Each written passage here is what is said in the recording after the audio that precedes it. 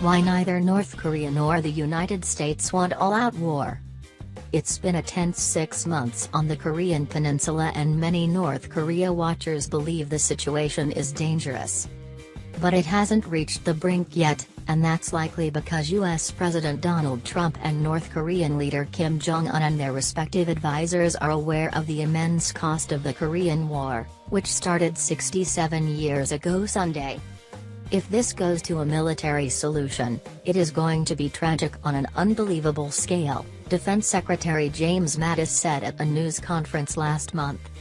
The Korean War, which technically never ended, led to the deaths of about 600,000 North Korean and 1 million South Korean civilians, along with hundreds of thousands of troops.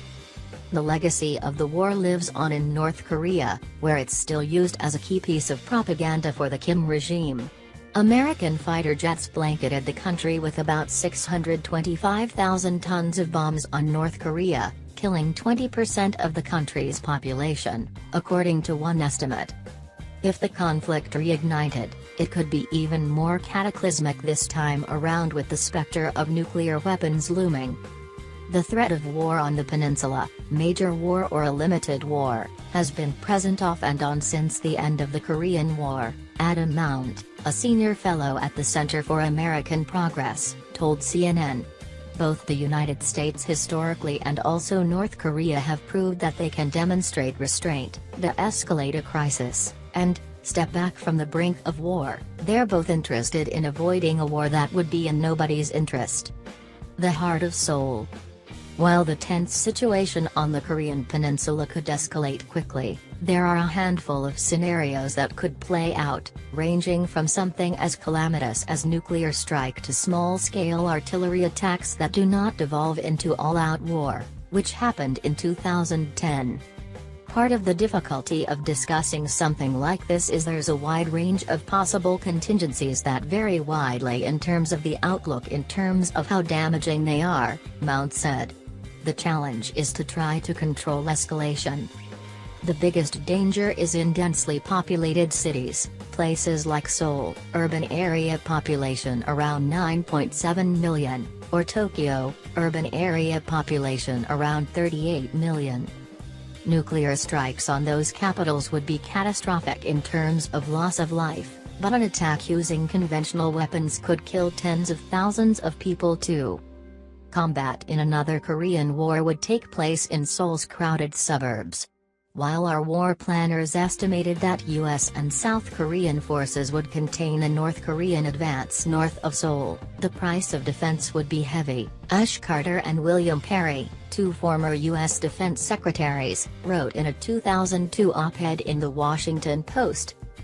Thousands of US troops and tens of thousands of South Korean troops would be killed, and millions of refugees would crowd the highways. North Korean losses would be even higher. The intensity of combat would be greater than any the world has witnessed since the last Korean War, the op-ed said. The concerns about a costly battle in Seoul remain today. Roger Cavazos of the Nautilus Institute found in a 2012 study that there would be about 3,000 casualties in the first few minutes of a conventional North Korean artillery barrage focused on South Korean forces and 64,000 in the first day. A surprise volley fired indiscriminately could kill nearly 30,000 civilians, the study found. North Korea could also fire its ballistic missiles at US, South Korean and Japanese forces, or civilian populations, throughout the region. North Korea is mismatched when it comes to military technology and capability, experts say. And it's believed that many of its armaments could be out of date or do not function properly, according to a 2016 5-part analysis on the North Korea threat from the geopolitical intelligence firm Stratfor. Though North Korea's Air Force and Navy pale in comparison to those of the United States, both pose a threat, according to Stratfor. Even without the nuclear threat, attacking North Korea guarantees massive destruction in return, the Stratfor analysis said. If full-scale war broke out, a primary concern for the US would be to eliminate North Korea's nuclear threat. The U.S. Air Force might use 24 F-22 tactical fighters, which can carry two 450-kilogram, 1,000 pounds, bombs, and 10 B-2 bombers, which can deploy massive bombs to reach underground bunkers, to eliminate North Korea's nuclear infrastructure, according to Stratfor. Because of their unique properties, these expensive, stealthy platforms would form the backbone of any anti-nuclear operations, it said. The United States would also rely on its Tomahawk cruise missiles, incredibly precise weapons that can be fired from sea hundreds of miles away from their target, though collateral damage would likely also be an issue. The U.S. Navy, with enough time to prepare, can surreptitiously park two of its 4 Ohio-class cruise missile submarines off the North Korean coast, according to Stratfor. When combined with destroyers and cruisers from the 7th Fleet already in the area, the United States could use more than 600 cruise missiles for the mission. A crucial problem is intelligence. It's not clear exactly how many nuclear weapons the reclusive communist state has or precisely where they are. The United States has a tough time gathering that sort of information on North Korea. Former CIA Director Michael Hayden has called North Korea the toughest intelligence target on the planet. Without this information, the U.S. could fail to completely eliminate North Korea's rapidly progressing nuclear threat in the first throes of a war, potentially unable to stop an attack on the U.S. mainland.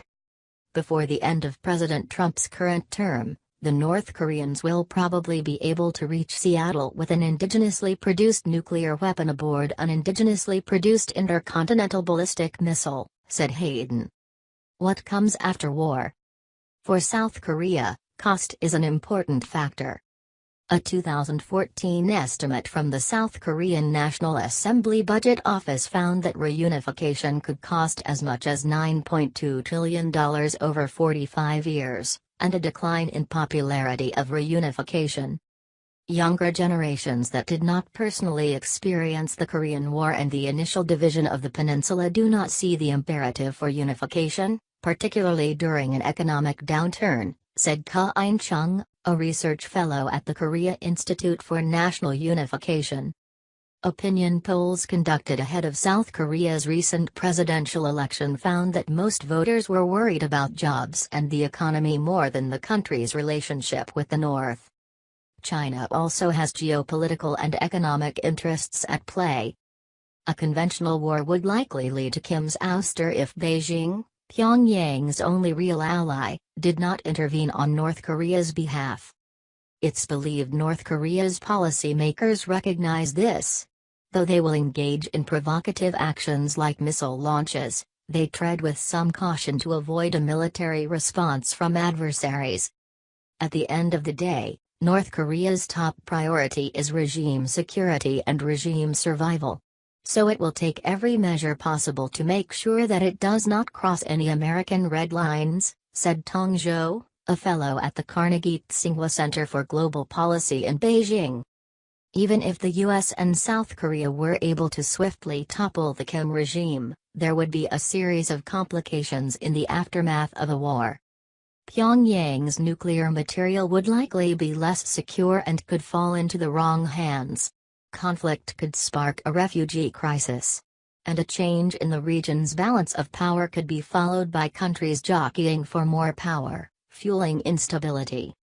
The result of a North Korean regime collapse would be catastrophic and may trigger a dangerous race between China and the U.S. ROC, Republic of Korea, forces attempting to secure strategic and symbolic locations such as the Yongbyon nuclear facility and Pyongyang, Andrew Inju Park and Kongdano wrote for the National Bureau of Asian Research. China worries about both of those, especially the latter.